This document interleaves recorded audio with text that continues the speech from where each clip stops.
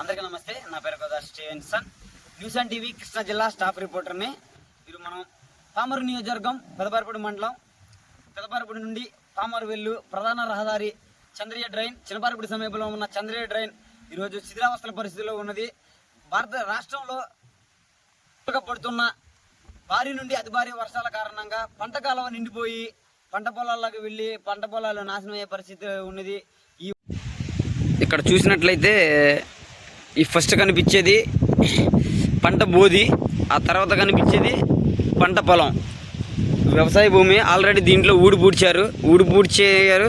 ఫుల్గా వర్షం వల్ల పల్లవం అవడంతో వర్షం కారణంగా ఈ మొత్తం మునిగిపోయిన పరిస్థితి, దుస్థితి మనం చూడాల్సి వస్తున్న పరిస్థితి. వంతెన కూడా శిథిలావస్థల పరిస్థితిలో ఉంది కదా. ఈ గుడివాడ నుండి విజయవాడ నుండి గుడివాడ వెళ్ళు వస్తున్న వాహనాలు అంబులెన్స్తో సహా ఈ వంతెన మించి వెళ్తున్న పరిస్థితి. ఈ వంతెన చూసుకోండి, మునిగిపోయే పరిస్థితికి వచ్చేసింది. అలాగే ఇరిగిపోయే పరిస్థితిలో కూడా ఉండింది.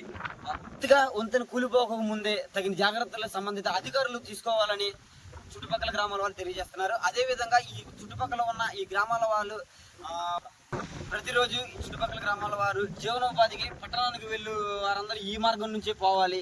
ఈ మా వాహనానికి సరైన మార్గం లేక ఇబ్బంది పడే ఇక్కట్లో పడుతున్న సిచ్యువేషన్లో ఈ వంతెన ఈ విధంగా కూలిపోయే పరిస్థితిలో ఉంది. కాబట్టి జాగ్రత్తలు తీసుకొని కోరుచున్నాము.